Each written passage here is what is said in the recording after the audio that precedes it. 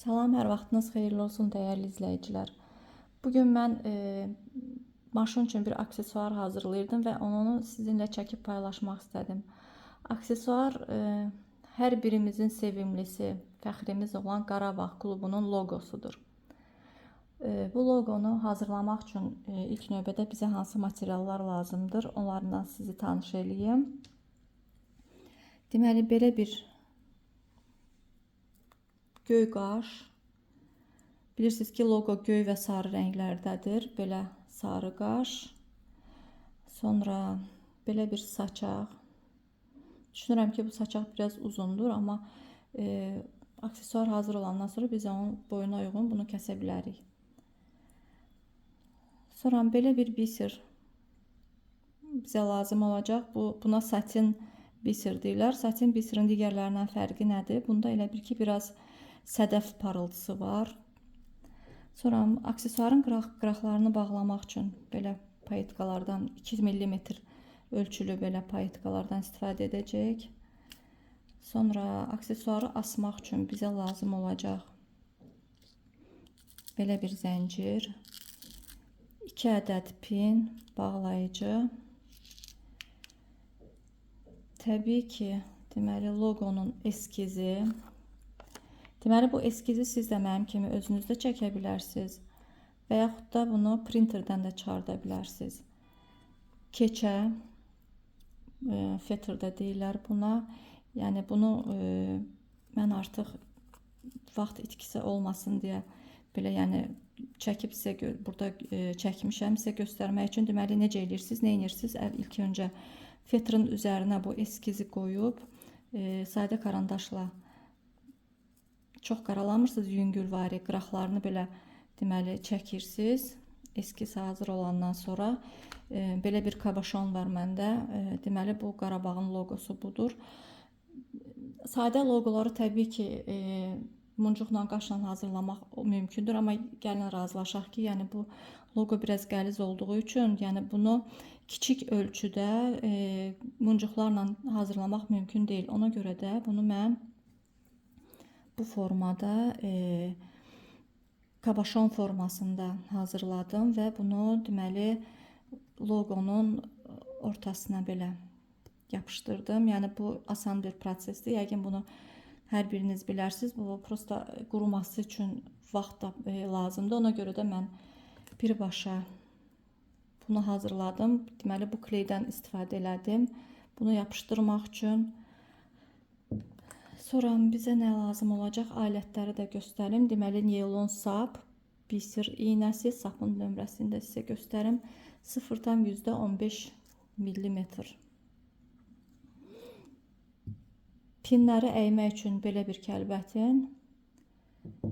2 cürə qayçı. Deməli, həm fetr üçün qayçı, həm də kobud işlər, misal üçün kardonu, dəmiri kəsmək üçün belə bir qayçı, pinset və sair belə alətlərdən istifadə edəcəyik iş prosesində. Əslində mən Qarabağ loqosunu deməli əvvəl də hazırlamışdım, ancaq broş formasında. Onu da sizə göstərmək istəyirəm. Baxın, belə bir broşdur. Bunu həm xanımlarımız, həm də bəylərimiz yəni istifadə edə bilər. Bəylərimiz bunu sport stil papaqlarının önündə və yaxud da gödəkçələrinin qollarında, qolun yuxarı hissəsində yəni istifadə edə bilərlər. Arxasında baxın, Yapon sancağından istifadə olunub. Bir də burada maqnitlə bərkidilib. Yəni həm maqnit, həm də sancaqla deməli geyiminizə bərkidirsiniz. Yəni bərk durması üçün, yerində yaxşı tərpənməməsi üçün belə bir broşdur. Biz isə bunu deməli bugün sırf maşın aksesuarı formasında hazırlayırıq. İndi isə keçək aksesuarı hazırlamağa. Bayaq dediyim kimi, deməli ilk öncə bu eskizi köçürdürsünüz fetrın üzərinə, kabaşonu kley vasitəsilə yapışdırırsınız və başlayırıq aksesuarın gerisini hazırlamağa. Birinci nə edirik? Deməli, kley ilə çox az miqdarda belə bu kabaşonun həndəvərinə kleyləyirik. Çox az, çox sürtsəniz, deməli, həm kabaşonu batıra bilərsiniz, həm iynəyə yapışa bilər kley.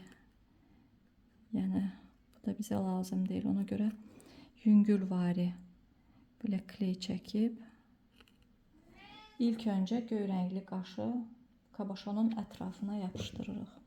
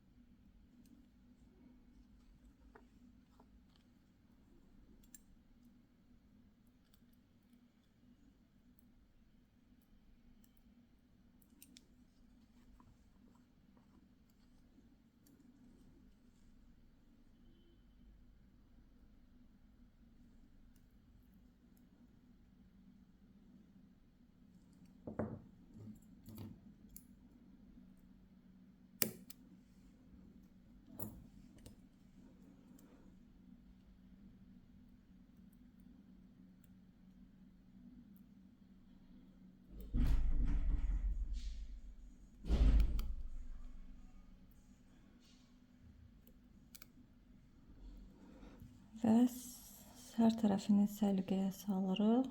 Çalışırıq ki, əyrilik olmasın. Bunu belə təxmini yapışdırandan sonra biser iynəsi ilə bunun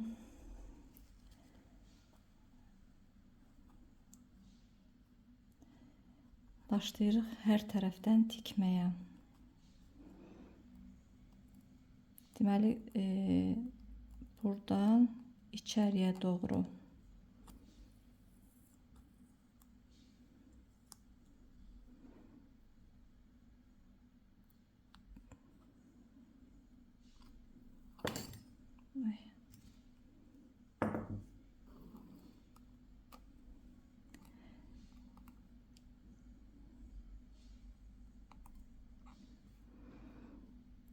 bütün boşluqdan keçmək şərti ilə burada hamısını bir-bir kənardan içəriyə doğru hər birini tikirik.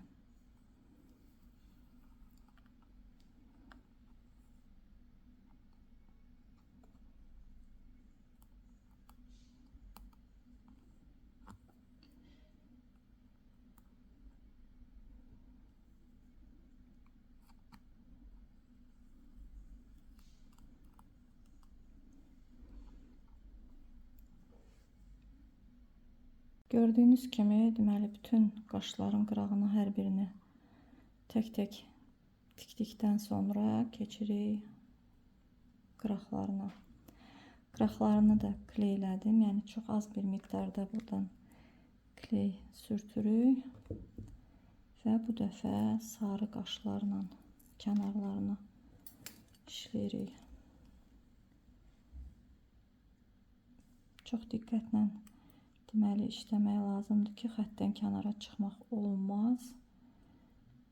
Səliqəli olmalıdır. Həm də deməli, bunu bilirsiniz ki, iki tərəfli olacaq. Yəni, bir-birinin üstünə düzgün gəlsin deyə, yəni ölçüləri tam dəqiq olmalıdır. Ona görə də xəttdən 1 millimetr belə kənara çıxmaq olmaz.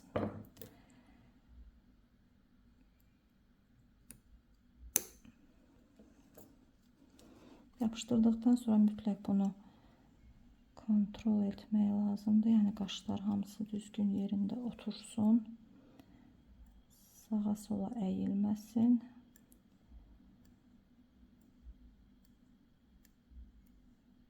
Və səliqəli dursun belə.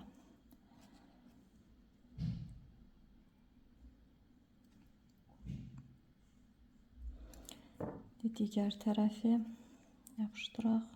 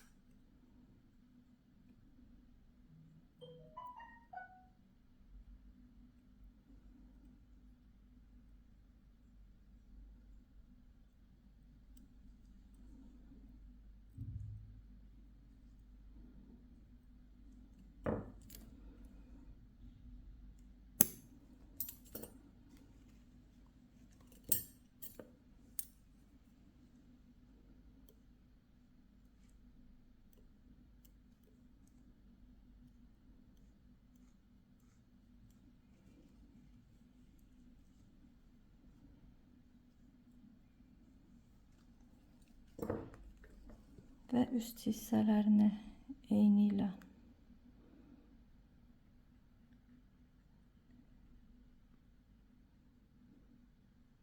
yapışdırırıq.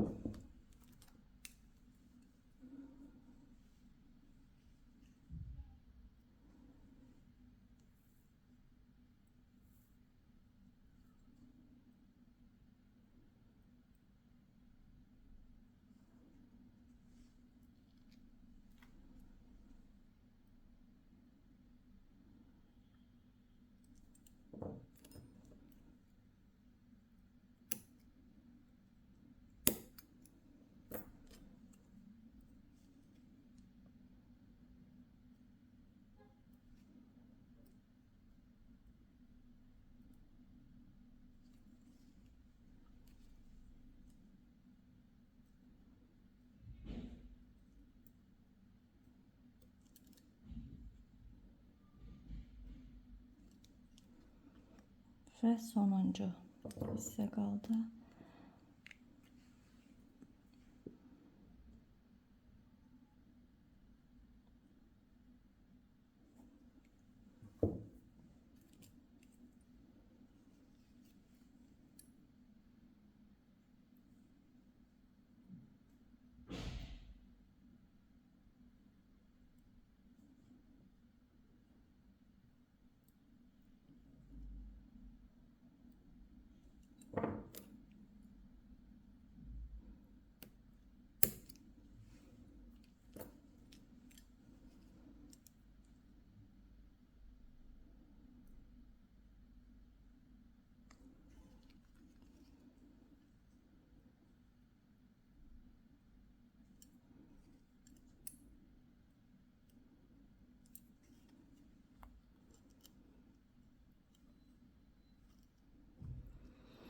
Və yenidən bunları bir-bir iynə ilə hər birini tikirik. Gəlirəm, gözlə. Və bunların hər birini tikirik.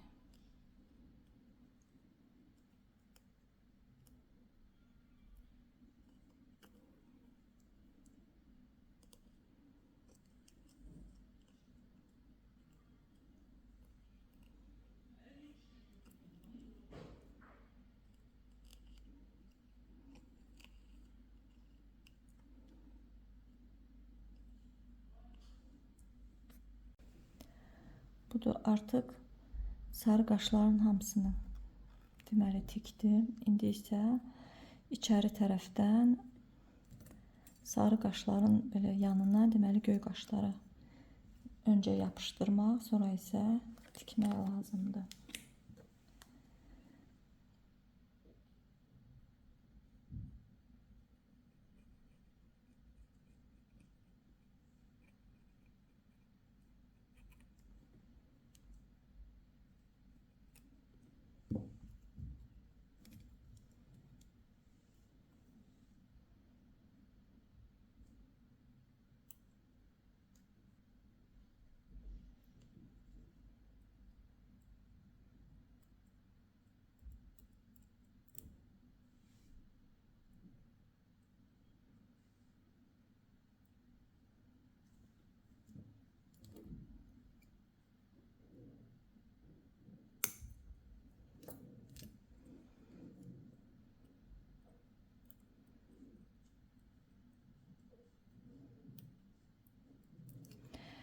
Deməli, beləliklə bütün bu sərhədlərin hər birini bu göy qaşdan yapışdırırıq öncə, sonra isə yenidən bunların hər birini, hər aralığını yenidən tikirik.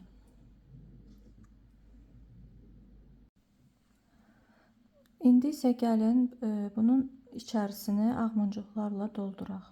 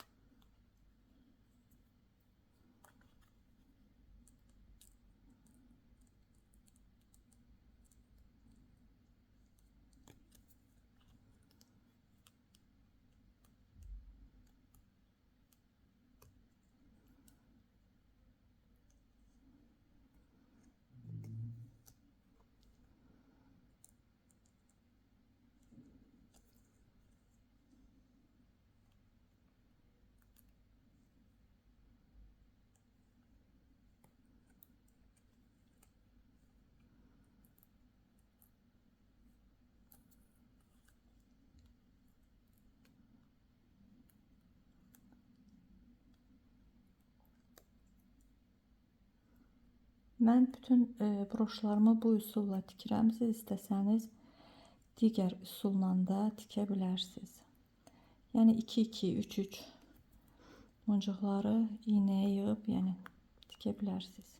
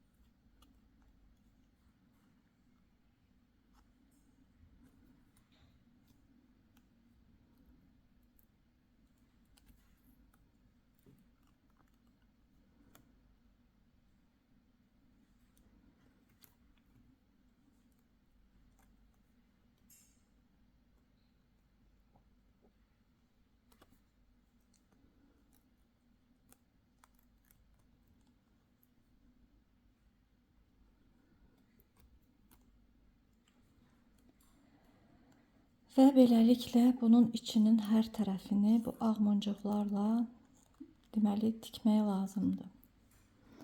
Tam hər tərəfini tikəndən sonra digər prosesləri yəni sizə canlı olaraq yəni addım-addım göstərəcəm.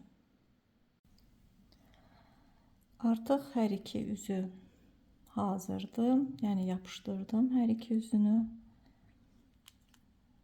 İndi isə gəlin bunun kənarlarını bağlayaq. Deməli onun üçün nə edirik? İynə ilə ən kənardan deməli başlayırıq tikməyə.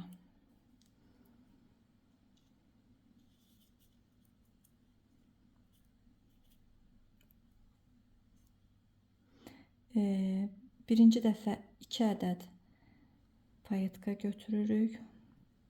Payetkaları deməli 3 mm də götürə bilərsiniz, amma 2 mm olsa, yəni 2 mm-lik payetka daha yaxşı olar. Və ən qıraqdan batırıb birinci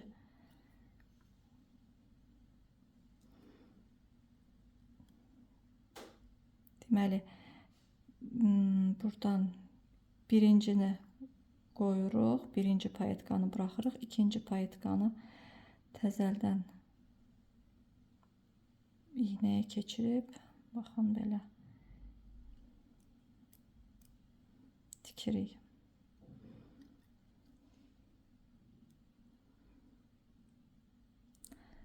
Sonra isə hər dəfə bir payetka götürürük.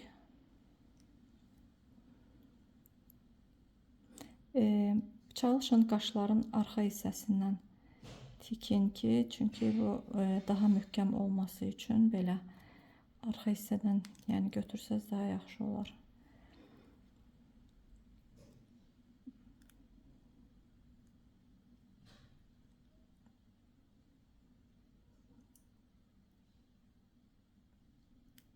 Tikirik və yenidən deməli o payetkanı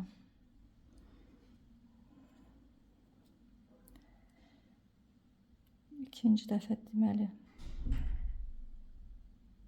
deşiyindən bir də keçirik. Baxın belə.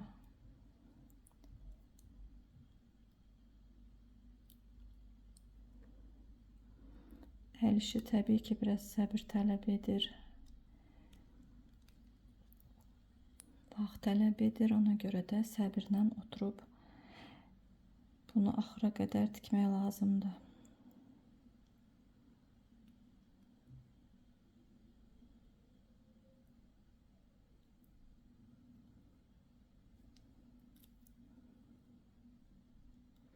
Deməli, hər dəfə birinci götürürsünüz, sonra ikinci dəfə buradan keçirdib, üstdən bir də tikirsiniz. Baxın belə.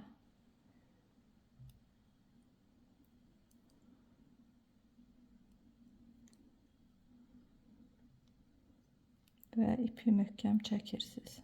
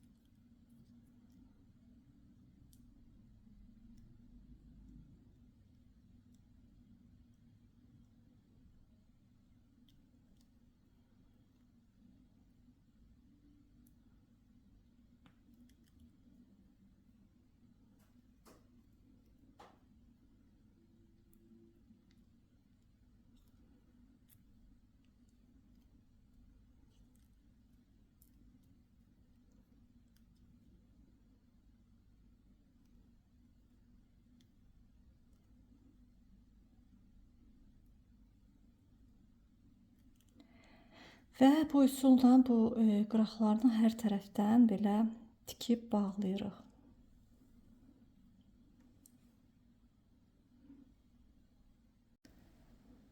Qıraqlarını hər tərəfini belə bağladım. Gördüyünüz kimi aksesuarımız demək olar ki hazırdır. İndi isə gəlin bunu ilk öncə saçağını birləşdirək.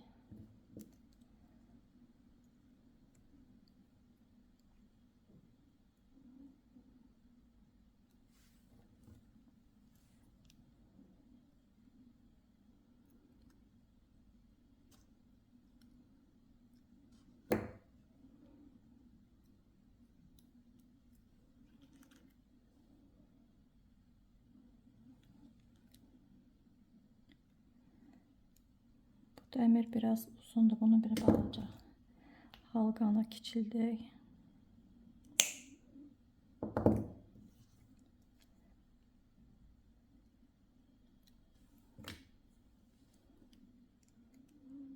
Və birləşdiririk. Belə.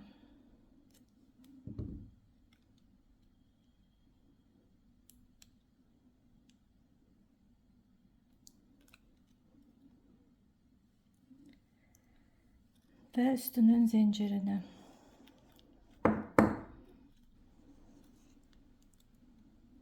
ipini yenə bir azca aralayırıq.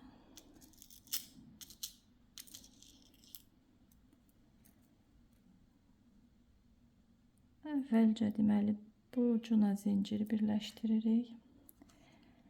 Yenidən bunu bağlayırıq.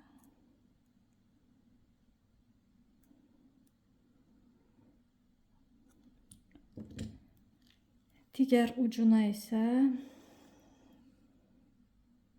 bağlayıcını birləşdiririk.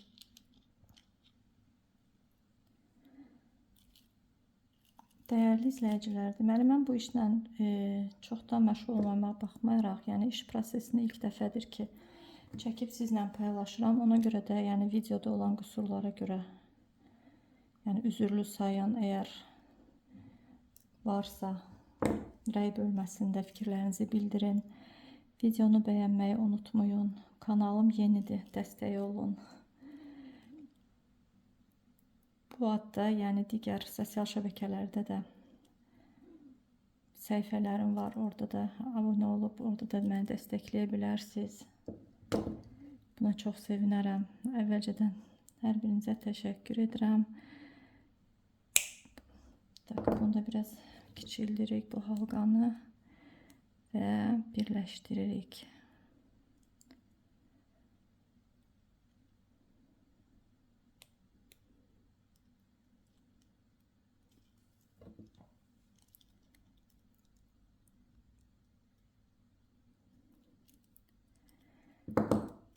Və beləliklə bizim deməli maşın asılqanımız hazırdır.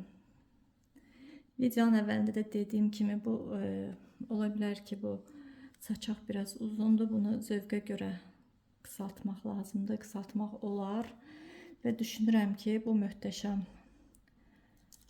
aksesuar Qarabağımızın azarkeşlərinin, daha doğrusu azarkeşləri üçün ən qiymətli hədiyyədir. İki tərəfli. Sonda isə Qarabağ komandamıza ayın 22-si İspaniyada keçiriləcək maçda uğurlar diləyək və mən şəxsən inanıram ki, onlar vətənə qələbə ilə dönəcəklər. Sağ olun, inşallah gələn videolarda görüşənədək.